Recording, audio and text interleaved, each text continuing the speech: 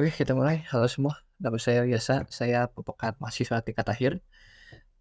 Jika ditanyakan sebuah pertanyaan kepada saya, seperti menurut apa nilai-nilai yang dibudidayakan atau ditanamkan dalam diri masyarakat Indonesia yang menghambat perkembangan atau menyebabkan masalah dalam hidup kita?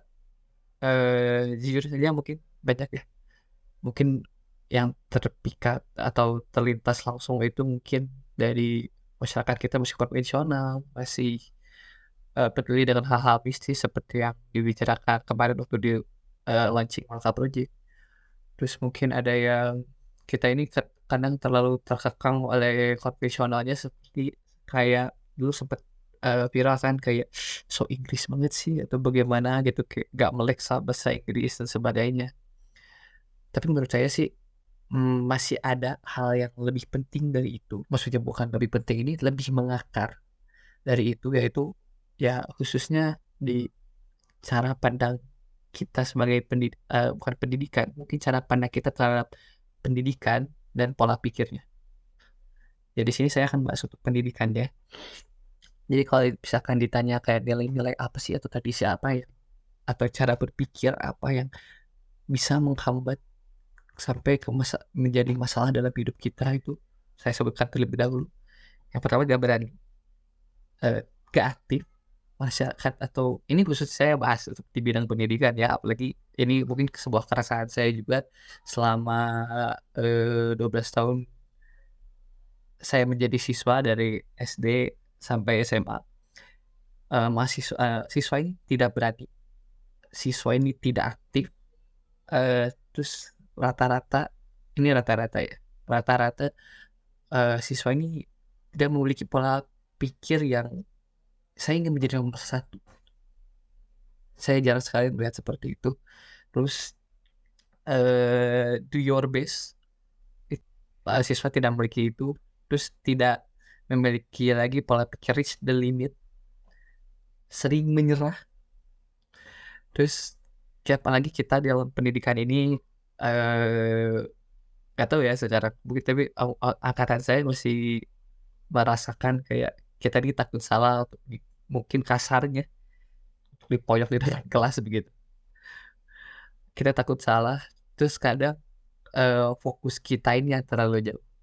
Oke, kita bedah sedikit-sedikit. Tidak berani dan tidak aktif. Saya ingin cerita sedikit.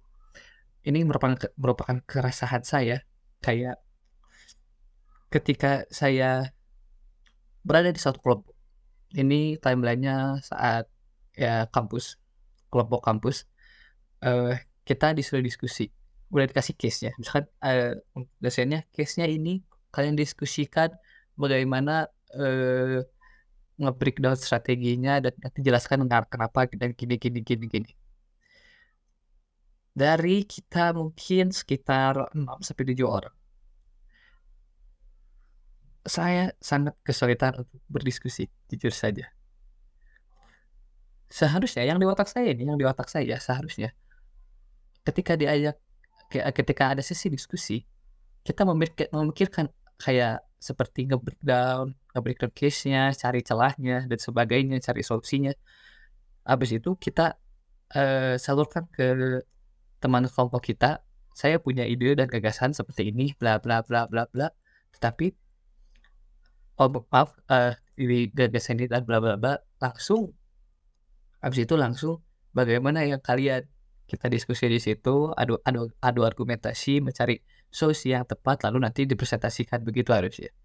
Cuman, yang terjadi di lapangan malah sebaliknya.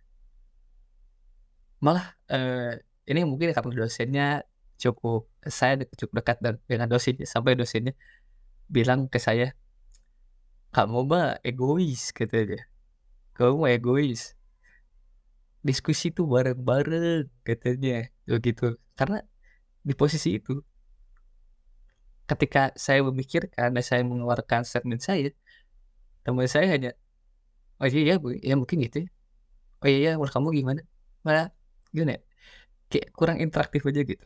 Maksud saya tuh, saya nggak tahu dalam pikirnya bagaimana, tapi apakah kalian melakukan hal yang saya rasa seharusnya teman kelompok saya itu melakukan apa yang saya lakukan.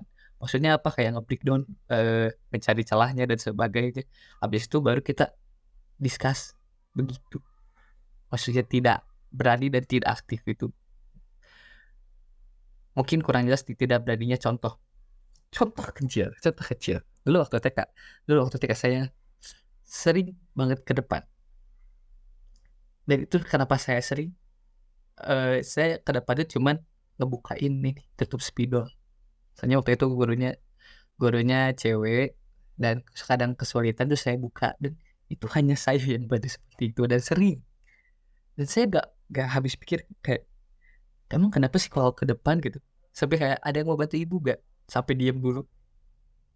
Terus kayak ada yang mau gitu, ya udah saya aja gitu. Terus yang saya bingung kenapa sih cuma ke depan? Gitu doang, gak ada salahnya gitu, gak ada salahnya. Gak ada salahnya. Itu satu, tidak berani dan tidak aktif. Oke, yang kedua itu, siswa-siswa ini terkadang tenaga pendidik kita ini, tenaga pendidik ya, bukan, bukan pendidikan, ya pokoknya siswa lah. Kita ini sebagai yang terlibat mencari ilmu ini, nggak semuanya memiliki pola pikir untuk menjadi nomor satu. Tidak semuanya ingin melakukan, do our best. Apa itu do our best? Melakukan hal yang paling terbaik dari dirinya, terus tidak ingin mencapai batasnya. Dan keempat, sering cepat menyerah. Oke, kita bahas. Jika kita mempunyai pola pikir jika mungkin kayak seperti saya ingin menjadi nomor satu, itu terpikirkan oleh saya itu saat saya masuk ke jenjang pendidikan. Itu semua sangat terpikirkan seperti, saya pengen ranking satu, saya pengen bikin bangga orang tua dan sebagainya. Namun kenapa teman-teman saya terkadang tidak memiliki hal itu, saya kurang mengerti. Padahal ya, jika dipikir baik-baik, kita mempunyai ambisi yang sama, seperti pengen ranking 1, pengen sukses, pengen banggain orang tua dan sebagainya.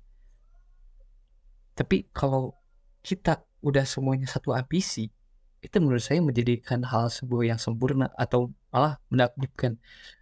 Bayangin, kalian semuanya pengen ranking 1 dengan kayak belajar habis-habisan dan sebagainya. Kalian do your best, kalian reach the limit, apalagi sampai break the limit ya.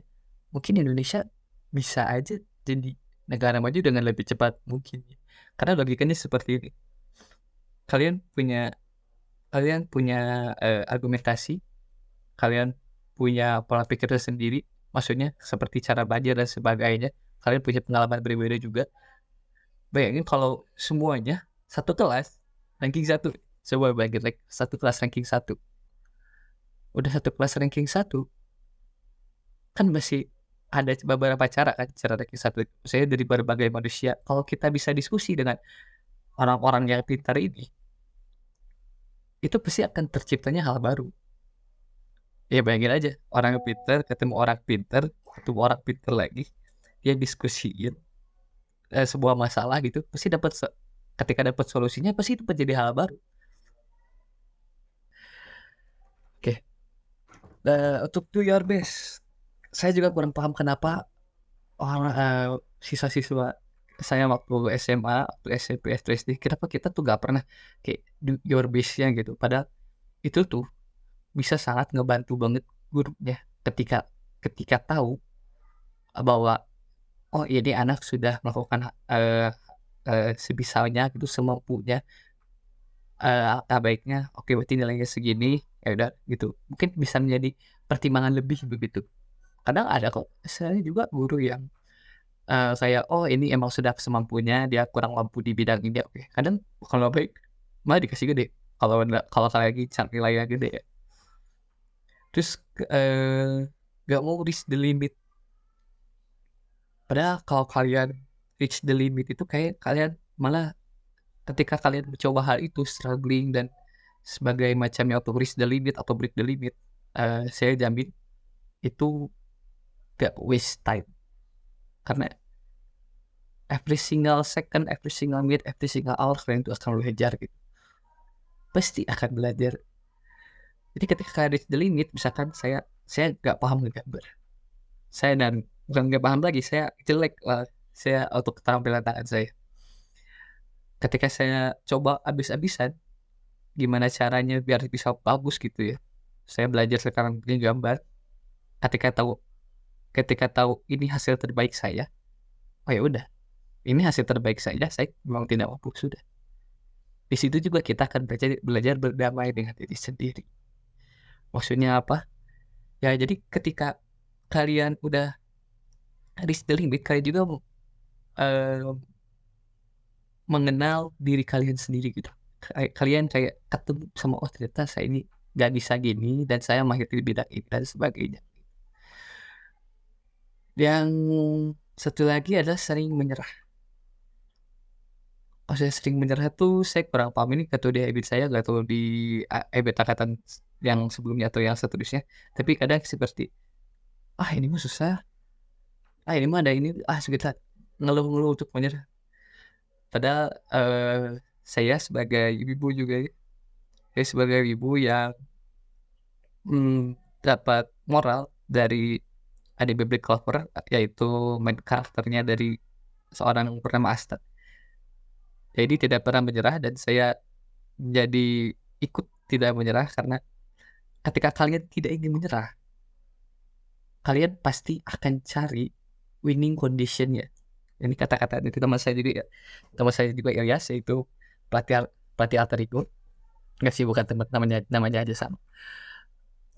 Ketika kita mencari winning condition di sebuah, peristiwa atau tragedi, dan kita sering terbiasa ngelakuin itu juga nanti akan menjadi habit ketika ketika kita, eee, tidak diuntungkan. Misalkan kayak tadi saya lagi digambar kan itu sangat tidak diuntungkan ya, saya nggak jago gambar, tapi ketika kita cari winning condition-nya, always cari winning condition-nya, pasti ketemu.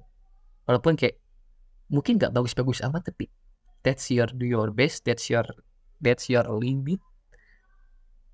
Dan ketika winning condition itu nanti akan kepakai buat kayak problem solving lah, critical thinking lah, apalagi sekarang literasi banyak informasi dan sebagainya. Ketika kita cari hal-hal yang pas seperti itu akan jadi, basic character development yang baik menurut saya untuk kedepannya. Terus ada lagi, kita ini takut salah. Yap, itu dari pendidikan kita, sorry to say, menurut saya harus bisa menyalahkan ini dari pendidikan ya. Kita takut salah. Seperti yang saya bahas di atas, kayak ke depan doang buat ini takut salah dan dipoyok satu satu kelas gitu ya, kasarnya begitu. Menurut saya kalian nggak perlu takut salah. Apalagi khususnya di bidang pendidikan.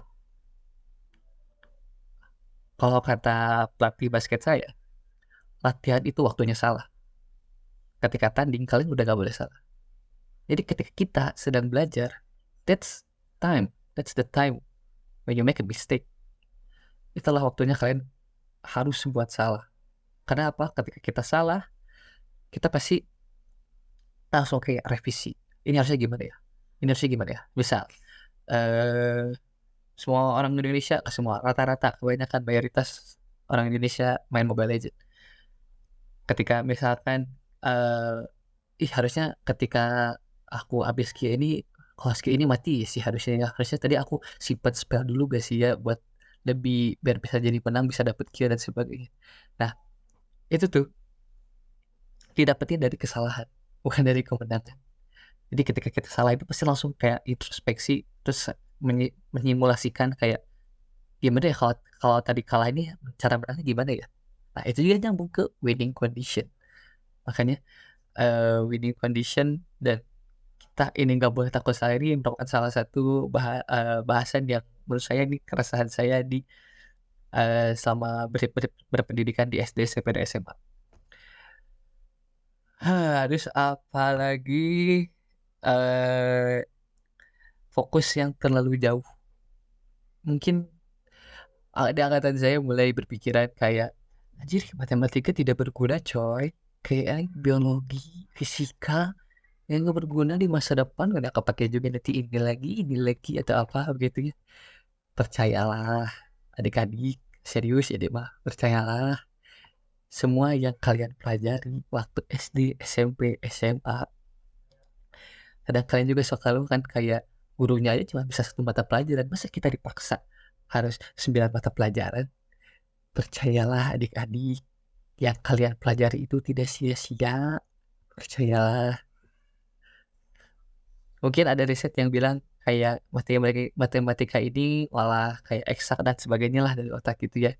Itu memang terjadi, tapi walaupun nggak kerasa, percayalah ilmu itu tidak ada yang sia-sia.